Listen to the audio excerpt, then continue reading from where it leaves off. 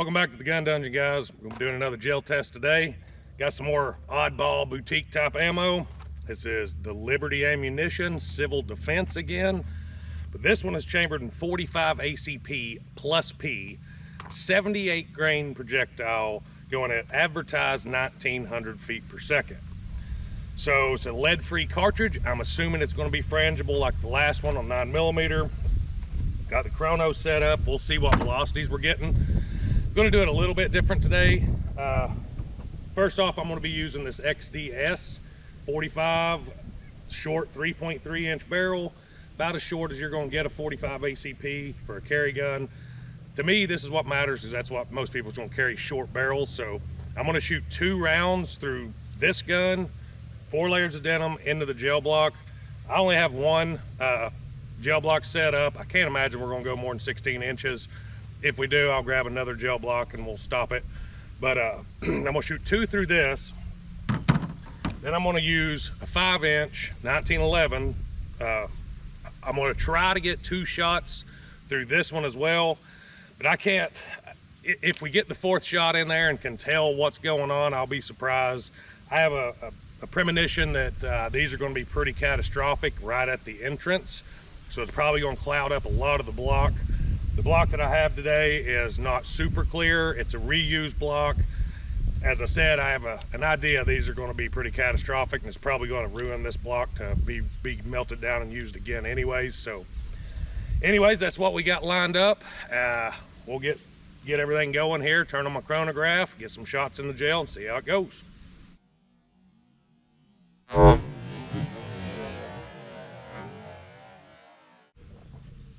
All right, so our first shot through the gel was 1689. That's out of the XDS.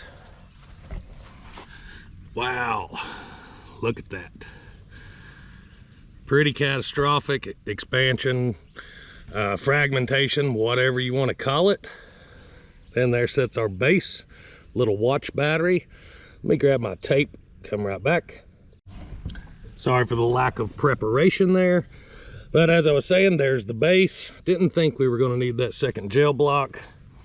The edge of that base is coming in about 11 and maybe a 3/8, a little over a quarter.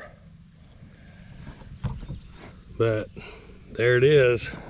And as I thought, going to be pretty violent expansion and fragmentation on entry. So we'll get one more shot out of the XDS, and then we'll see how much room we have left in the block for the 5-inch.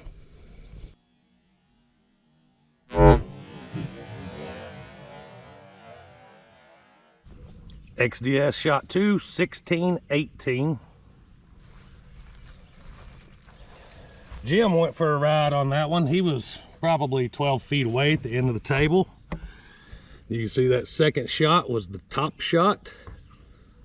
Same thing. Those are huge petals though. I don't know if you can tell on camera or not, but those petals are huge compared to the 9mm version of this stuff.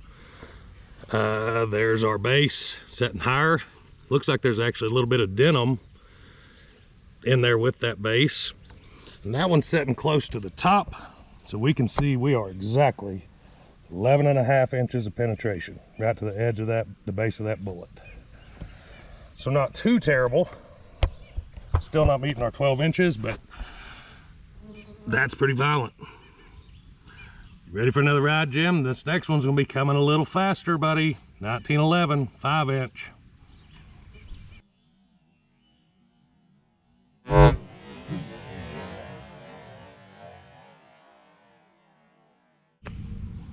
All right, 5-inch, 1915. So it did reach that advertised 1900 feet per second. Let's take a look. Let's go around this way. So you can see the track right here. That's out of the 5-inch. The wound track looks the same. Same amount of violent fragmentation. Can't really tell them apart.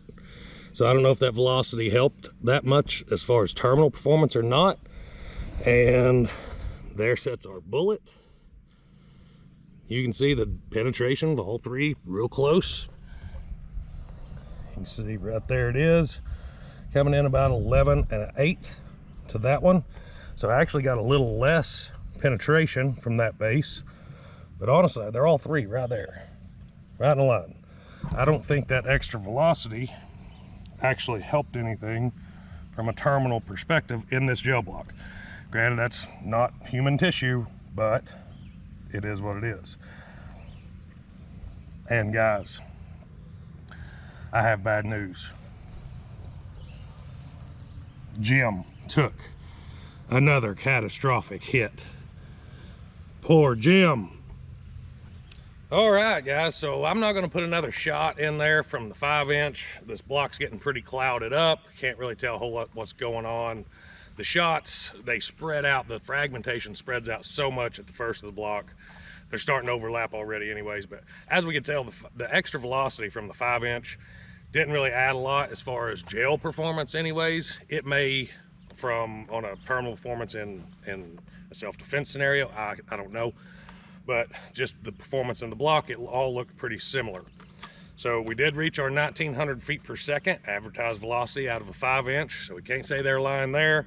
And guys, that's moving. And I know I didn't show you a minute ago, but when you look at these things, the cavity on this bullet is just crazy. And honestly, it feels weird to hold, because you're holding the 45. And you know, if you've dealt with 45 much, you know, holding one of the rounds, you can feel the weight. This thing it feels like a 22 or something. It is super, super light for a 45.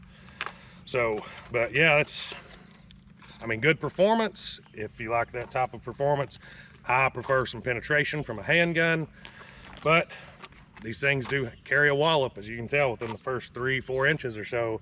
It's pretty rough. These are not cheap. And as I've said in many of my videos, I prefer something that I can afford to shoot with, that I can practice with, that I know is going to work in my gun, I know is going to be reliable. So for me, probably not going to carry it. Would I carry it? Sure, it's all I had. I'd probably carry it.